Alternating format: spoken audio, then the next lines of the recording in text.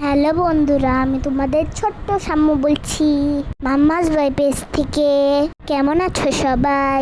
আজকে গিয়েছিলাম রমনা কালী মন্দিরে।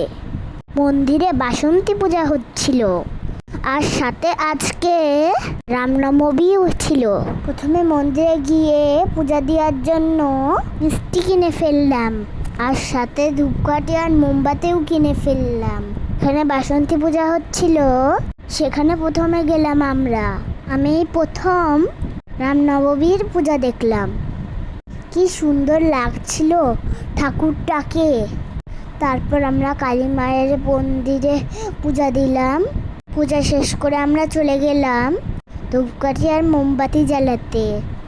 আমি আর ঠাম্মা দুজনে মিলে মোমবাতি আর ধূপকাঠি জ্বালালাম। তারপর একটু মন্দিরের ভিতরটা ঘুরে ঘুরে দেখলাম।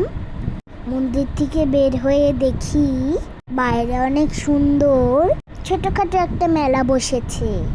আমার খুব ট্রেনে উঠতে ইচ্ছা করলো, তাই ঠাম্মাকে নিয়ে ট্রেনে উঠে পড়লাম।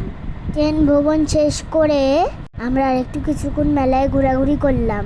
আরও বেশ কিছু রাইড ছিল, আমি সবগুলো উঠিনি, শুধুমাত্র ট্রেনেই উঠেছিলাম। তারপর সবাই মিলে আইসক্রিম খেলাম। তারপর সেখান থেকে চলে গেলাম মতিঝিল।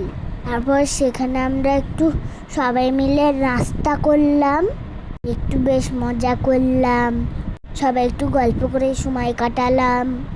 বেশ ভালোই লাগলো। এটা কিন্তু ঠাম্মা দিয়েছে। আর সবাইকে থ্যাংক ইউ, যারা যারা আমার ছবি আর ভিডিও তৈরি করতে হেল্প করে।